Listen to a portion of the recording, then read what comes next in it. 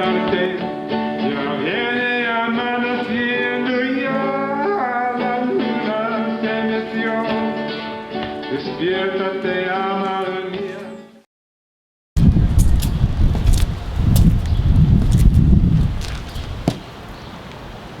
Hi, I'm Pete Andresen. Thank you for joining Time Walker Guide Service for this video. This is about the guns of the Californios.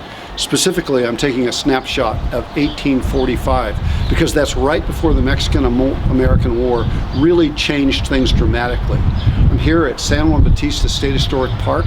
It's the first Saturday of the month. Every first Saturday, the living history reenactors get together. The Orno's lit.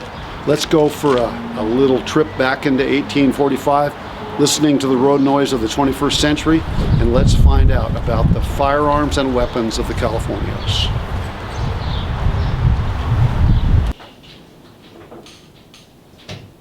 This video is about the guns of the Californios and the Vaqueros who worked for them in 1845. Why 1845? Because it's the year before everything busted loose and the gringos came flooding in, Mexican-American War, gold rush. That leads us to the classic era of revolvers and things like that. But in 1845, it was really different.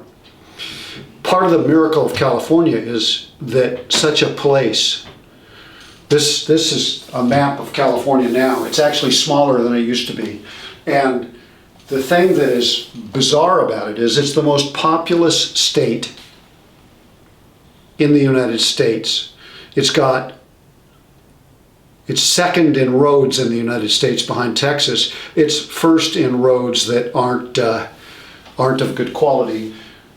It's the biggest population. Let me read some numbers. And the reason I'm doing this is that in 1845, this place was on the far side of the world. This was like moving to the moon. It was a wilderness, relatively speaking. And now, look where it is. 39 million people. 18.3 million live in LA. 7.7 million live in the San Francisco Silicon Valley area. 74% of the population of California lives either in LA or the San Francisco megaplex or in the Sacramento megaplex. 56% were born in California. Get this, 28% are foreign born. 28% are immigrants, the largest number in the United States. 34% are European ancestry, or at least that's what they claim. It has the fourth largest economy in the world, if you rate it as a country. It has the most billionaires of any state, although California is driving them out right now with a wealth tax. More than 38% of California residents, including over half its children, receive some sort of state or federal welfare. So over half its children are getting some sort of welfare. It has one of the highest lifespans, 80 years, just behind Hawaii. It has only 5% of the nation's farmland, yet produces 1/3 of its vegetables, 1/3 of its vegetables, and 3/4 of its fruits and nuts. You already knew about the fruits and nuts. It is the fifth, judged as a nation, it is the fifth largest food producer in the world. It has one of the highest tax burdens in the United States, after Hawaii and New York, but its marginal tax rate, if you're making $1 million a year, is the highest in the nation. It has 24% of the nation's entire homeless population. 24% of the whole United States homeless population lives in California, so by far the biggest homeless population. This teeming place hugs the coast. Most people live right by the coast, just like the Spanish did, just like the Mexicans did. They hug the coast, and the interior is very different, and that's what makes this political difference. There's a big political difference here. You might say the state, as always, is too big, and in fact, as we'll cover in future videos, there were several revolts against central Mexico, or at least their governors, because the Californios felt the same way. Okay, As they used to say in childbirth class, let's take a deep cleansing breath. This place is a nut house, both good and bad. It's not all bad by any sense of the imagination. The part I want to get across here in this scene is that this place was way on the other side of the rest of European culture a long time ago, let's say in 1845. I'm inside the Castro Breen Adobe here at San Juan Bautista State Historic Park. If you have a chance, get to see this building. It's quite historic. A lot of history happened and a lot of multicultural events happened inside these walls, and a lot was watched off the balcony. So this is a definite place to see if you're studying California. Let's take a look at 1845. The adobe's been built. It's pretty new. There are 160,000 people in California. 160,000 people. Today there's 39 million. Of those 160,000, about 150,000 are Californian Indians in small family units, not the big tribes of the eastern North American area, but small family units. There were about 200 tribes, something like that, with separate languages. And there's now, to this day, 109 tribes recognized within California as existing now. That's down from, let's say, the 1760s, when the Spanish first settled in San Diego, from about 300,000 or more Native Americans. Apparently, European diseases introduced by the Spanish, by the Russians, by traders, had decimated the Native American tribes to the tune of about 50%. So they're down from 300,000 to 150,000. The people we're making the video about are about 8,000 people, just 8,000 people. Those are Spanish immigrants, people with Spanish genetics, Mexicans who are Spanish and other cultures, mixed with Native Americans from Mexico, and Spanish who have interbred with Californian Indians. So those three groups are the Californios that we're talking about, the guns of the Californios, the weapons of the Californios, this really distinct culture that had emerged.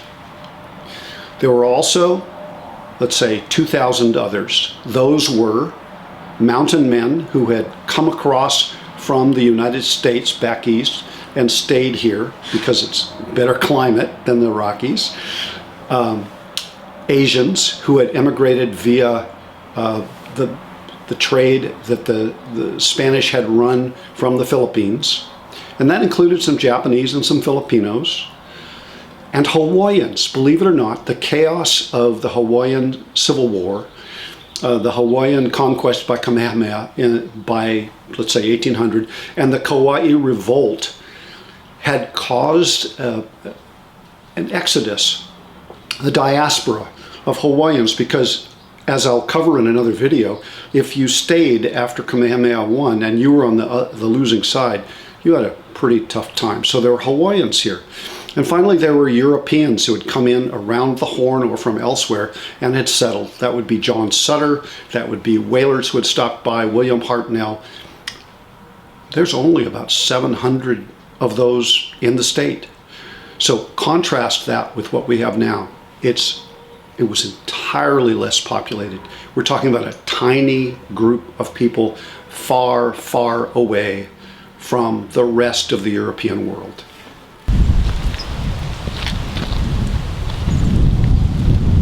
Pardon this windy day. It's a beautiful windy day in June here in San Juan Bautista.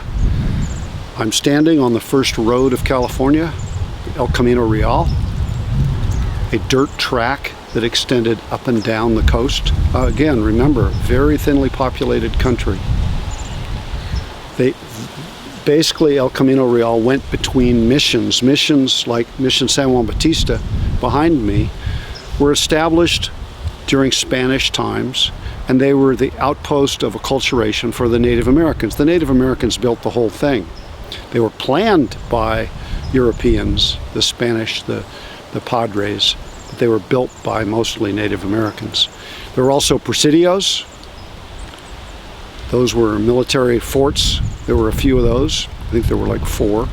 And then there were some haciendas that were to grow the food that fed the mission system. The whole thing was a colonizing system to bring Christianity to the Indians and create an underclass, basically. Now, this was started in 1797. Construction on this building was commenced in 1803, and it was finished in 1812 and promptly zapped by an earthquake. Alongside, you can see there's about the remains of about 3,000 Native Americans. Those European diseases were taking a dreadful toll of the local Mutsun tribe. Now, when you're talking about guns, remember, a population of 8,000 people, there aren't a lot of guns in Californio heritage. And there's a reason. That was, first of all, California is extremely remote. Anything that you get is going to come up from Mexico, or it's going to come around the horn on a ship that takes a year from Boston. And they took anything they could get, but there wasn't much. The mountain men by 1845 were bringing some firearms in from the eastern United States. That's where you start seeing flintlock rifles. The other thing was that there weren't any reasons to really be armed because there wasn't a lot of large-scale conflict. There weren't any wars like the eastern United States or eastern North America had between the Iroquois and the Shawnee. That kind of social structure didn't exist with California Native Americans.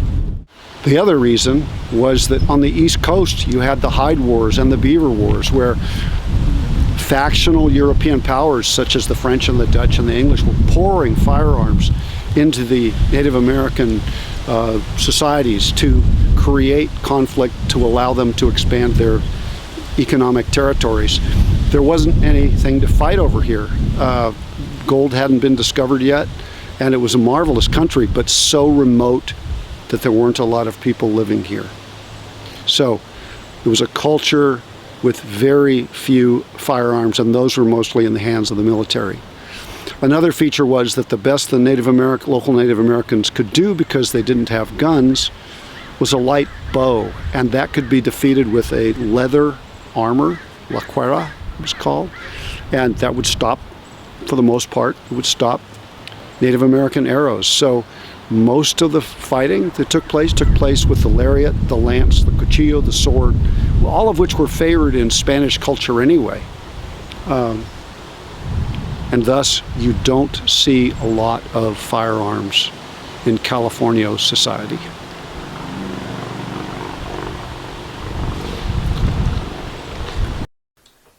John, thanks for seeing me. Well, thanks for coming. And so you live, how old is your house? 1823?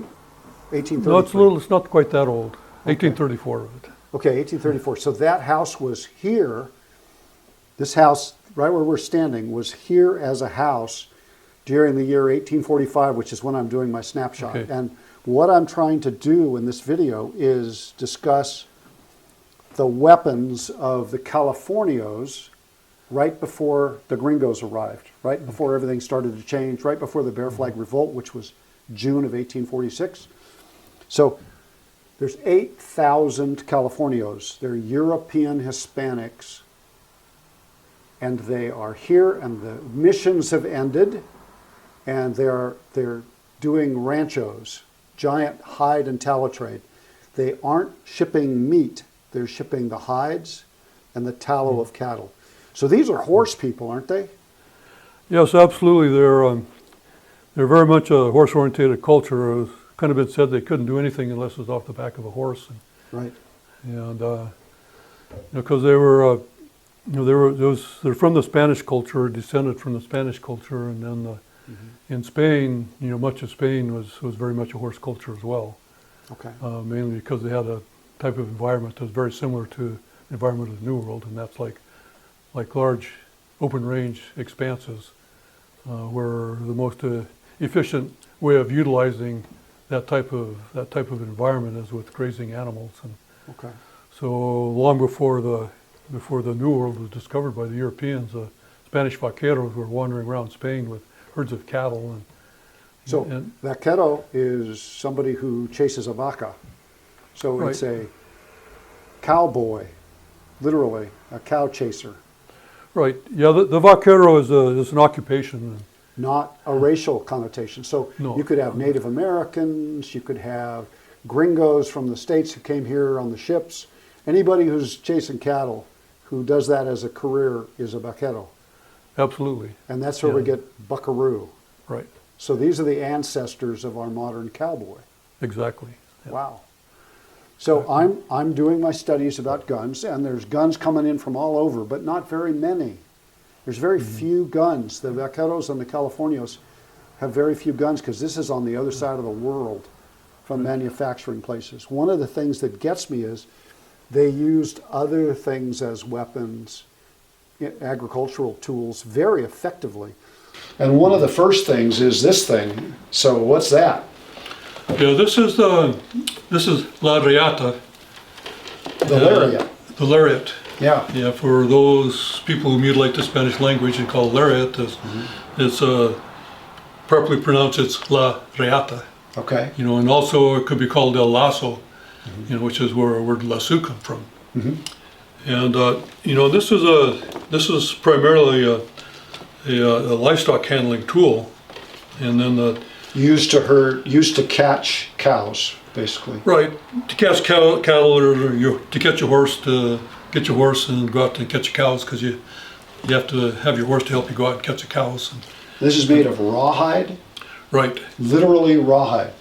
Yeah, literally, rawhide is the raw hide, which means it's not tanned. It's not tan, it's just raw skin Right. off of a cow or a steer With the hair removed. with the hair removed. You know, and that has that gives you the qualities you need for the riata to be able to use it the way you'd use it to catch animals, and because untanned hide, it's a little bit stiffer, and so that would enable you to form a loop that would stay open. You know, a soft rope would be just kind of like a piece of spaghetti. You throw that out that way, throw that out to try and catch something that wouldn't go over your target as easily if it's a more stiffer texture. I see. Now, what I'm reading is that they use them very effectively as weapons. Yes. How do they do that? Yeah, absolutely. You know, if you're horseback and you catch something or somebody with this thing, and you know what you do is you pull up your slack and then you dally up to your horn here, you know, and then you would ride off, and so then you would have the rope would tighten up around your prey, and they wouldn't be able to get loose. Okay.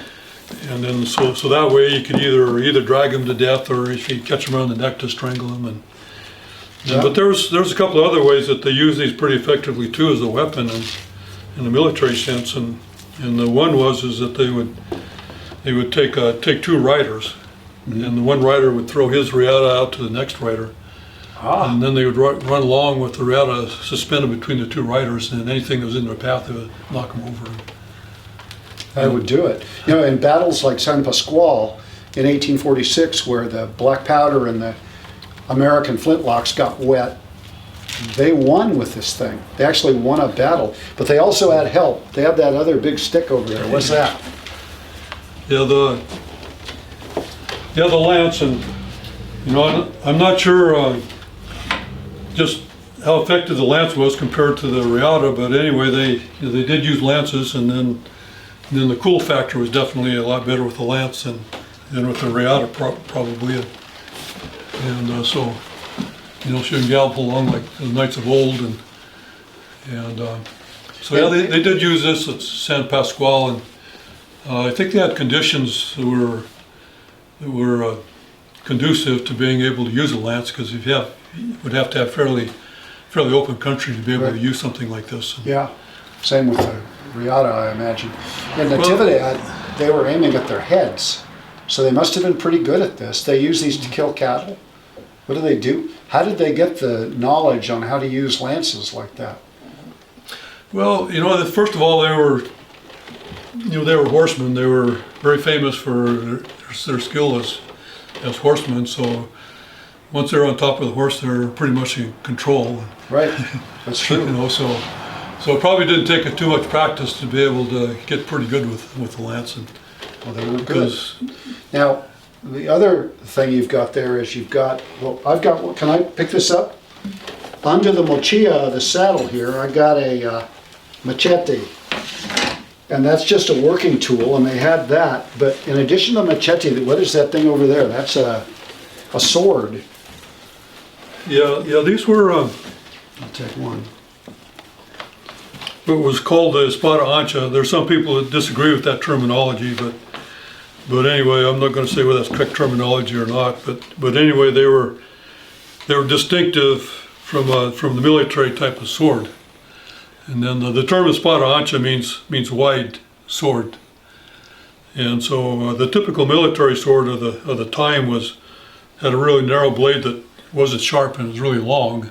Right. And so to be able to use that as a tool, it wasn't very effective. And and so they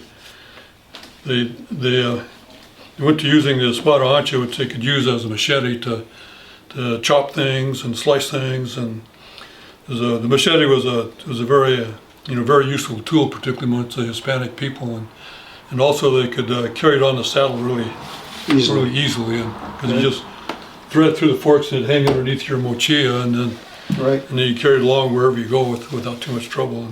And if they had pistols, they'd be on saddle holsters. They wouldn't be wearing them usually in the belt. They'd be in pommel holsters on the horse.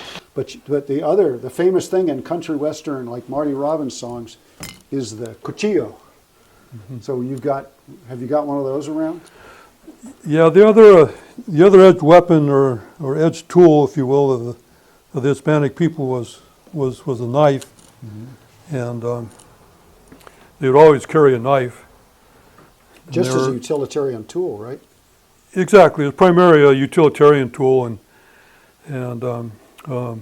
they were notorious for carrying knives all over the place, and so people were thinking this is a pretty gruesome, aggressive weapon. But first of all, they were a utilitarian tool, and the main thing was that working with livestock and working with riata, lots of times you can get tangled up in the riata, and so with your knife, you could just pull it out real quick and have a chance of cutting yourself loose before you got too much damaged. And that lets you hang it on your sash or on your boot. Right. Yeah, and then the scabbards would have this thing here, and it's this little tab, and that actually had a purpose. It wasn't just for looking nice, but they didn't have belt loops, because they didn't wear belts that much. It was mostly a sash, and so if you were the other way to carry your knife was in a sash, and so you stick it in your sash, and then this tab would keep the knife in place so it wouldn't slide out and lose it. And the same thing would work in the bodas, and so. So these are bodas? These guys are here? Yeah, these are called the bodas. And they're these leather, so those are like basic baby chaps, right? They're not full chaps, they're leg protectors. No. Because you're wearing shoes, right? Yeah, they would wear shoes. And not boots. No.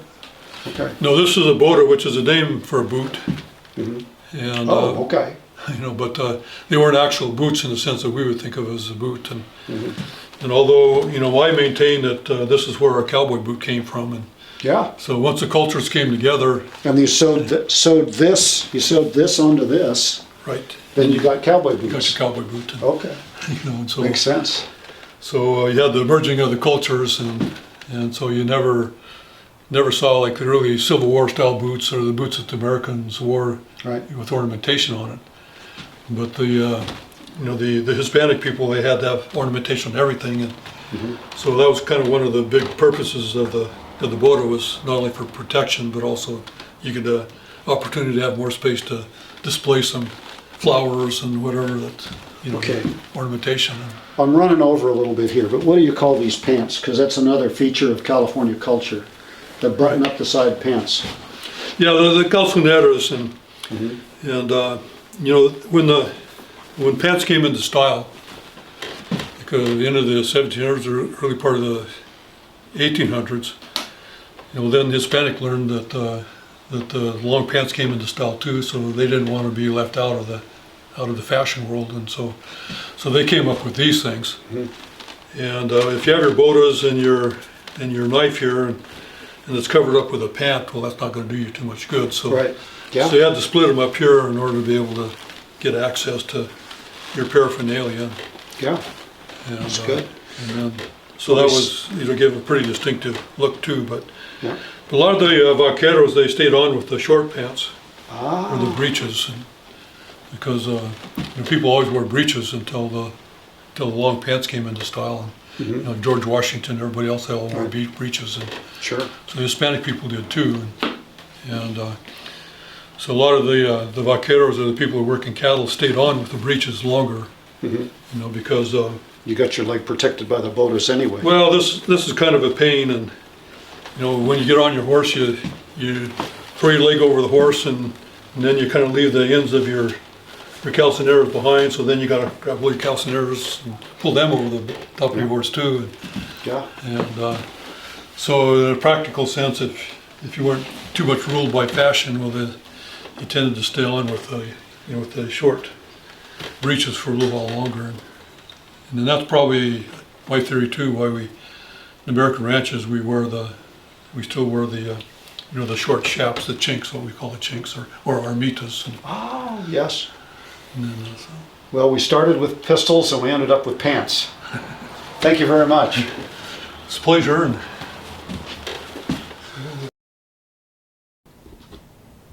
Now let's take a look at the guns that the Californios actually did have. And remember, our snapshot is in 1845, which is right before the gringos start arriving, right before the Bear Flag Revolt in 1846, June to be precise. The Spanish first got to California in 1542, which is so far back that they were wearing conquistador armor and they were using matchlocks and they were using crossbows.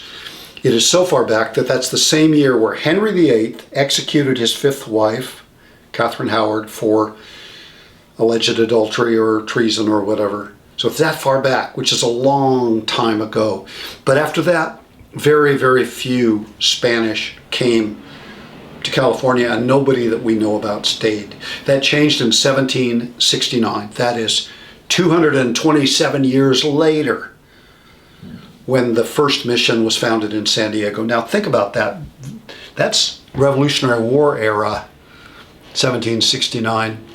It's a couple of years before the Revolutionary War, and they were pretty much dressed like the Revolutionary War. They did not wear conquistador gear. They may have had a few leftovers, but it's 227 years later. So what they had was the Miquelet gun. I'll show you some pictures because I don't have one here. They had Miquelets, which are a Spanish only. It later spread to Italy and the Balkans, and you still find them in North Africa. And that was unique because it had its working parts on the outside of the lock and a horizontal sear. But as you can see, compared to the guns you're going to see later now, everything was on the outside, which made for a stronger stock, but an unusual look by our standards. The other gun that they had a lot of, and they're all flint, percussion hadn't been invented, all flintlocks, was a banded musket. This is a Pedersoli 1866 Charleville French musket, and banded muskets were a French style that were adopted by the Spanish. Bands holding the barrel onto the stock, usually 69 caliber, usually a reinforced hammer, big chunky gun that worked quite well. Now, mostly Spanish guns had brass or copper bands holding the barrel onto the stock. That's what they had from 1769 to 1821, and that's when the Mexican era begins. So Mexico gets its independence. California nominally becomes part of Mexico, and the thing about that is that more people in California were still speaking Yoket or Native American languages than Spanish because there were very few Californios. Remember, there's about 8,000 of them. This is the era where the ranchos began, from 1821 to 1845. And things changed. What changed was the Mexican army did not have access to Spanish guns, and they began to use this. This is a Pedersoli replica. This is a second model brown vest, Revolutionary War era. The model that the Mexican army got their mitts on was the India pattern, which is very similar. Side plate's a little different, but very similar. And the common denominators of a brown vest are the palm swell, the lack of barrel bands. They use pins to hold the barrel to the stock.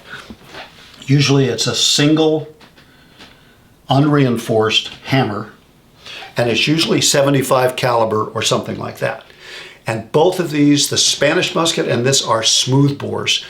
The Miquelets and the Spanish muskets in 1845 are still around, and frankly, Miquelets have a fashion style sense. So the elites like Miquelets, they want Miquelets, but because it references their Spanish heritage. But mostly you're seeing smooth bores like this. And remember, this whole period, there's not very many guns at all. Nowadays, when you find them in a museum, they're going to look somewhat like this. They're going to look used up.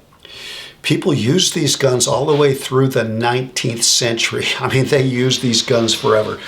They took off the butt plates and used them as hide scrapers. They blew up the front of the barrel by getting a mud plug in it and shooting it anyway. The ramrod becomes wood because they lose the metal ramrod. When you see these guys in museums, you're going to see that they are used up. The Spanish muskets, the Miquelets, and the brown besses. The other thing we have happening in 1845 is the mountain men are showing up from the United States and from Canada. Got Hudson's Bay. Sometimes they're bringing flint, sometimes they're bringing percussion, mostly flint. But you are seeing some of these already. You're seeing some plains rifles. They're not common, but they're there. This is a Lyman replica, 54 caliber, but you're seeing something that looks almost identical to this show up in the hands of gringos. The term gringo hasn't been invented yet. In terms of pistols, they're almost all flint. I don't have any flint pistols here today. Couldn't find my flint pistol at the back of the gun safe. Of a variety of sizes, they're either personal small little guns like this, or they are larger. They're usually larger, and they're carried in pommel holsters on the holster, usually flint, not percussion. Somebody's going to call me out because this is a Navy Arms 1855 replica. 1855 replica hadn't been invented yet, or 1855 original. But the concept is there. Large, horse pistol, big bore, single loading, not a revolver. However, here's something a little tantalizing, and that is that this thing, this is a Colt Patterson replica made by Pieta. And it was, the original Colt Patterson design was 1836. And we're talking about 1845. So it's quite possible that a ship captain or a mountain man or somebody by 1845 had brought the first pepper boxes. A pepper box looks like this. The whole barrel goes around, or this Patterson had been already brought to California, but if so, in very tiny quantities. I'll tell you what I don't have here that really, I'll get you another flint pistol. I'll find it in the back of the gun safe. But the other thing I don't have is a Miquelet gun, which is frustrating because that is a foundational gun in California history, and I can't find one. Can't find one locally in a museum. I can't even find a replica. So let's go find a Miquelet gun. Let's take a road trip. We came all the way from California because I couldn't find a Miquelet gun in California. Came all the way to Santa Fe, to the Palace of the Governors. It's an incredible museum. And look what we found. We found a Catalan-style Miquelet lock. This is what we're looking for. Musket. As you can see, most of it's what in a classic British lock would be inside the lock, or now on the outside. It's got a striated frizzen. It's got a very angular hammer. It's got that wedge rear, a wedge rear stock there, which is very traditional, very classic. No rear sight. It's got a wetting band down into a round barrel with brass or copper bands.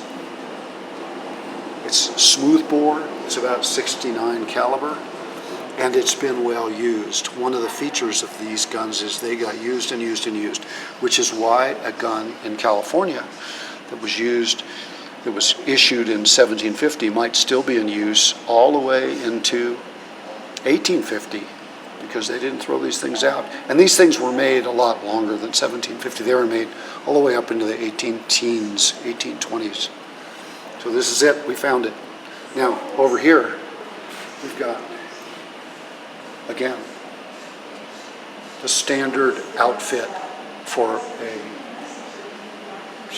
New Mexican militia member. Got a lance, maybe a crude lance, a leather jacket, the cuera, to repel arrows. In 1750, they used a shield that had largely dropped in California by 1845, which is what we're studying.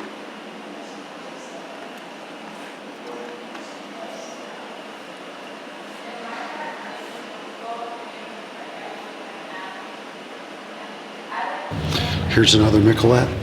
This one was found in Espanola, New Mexico.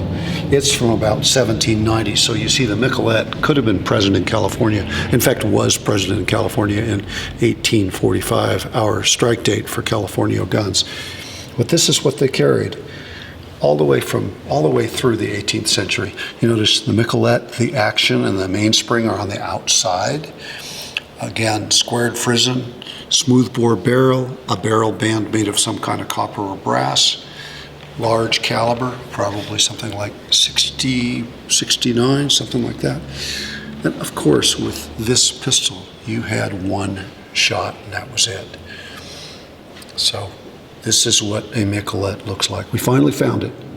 Our road trip to New Mexico was a great success.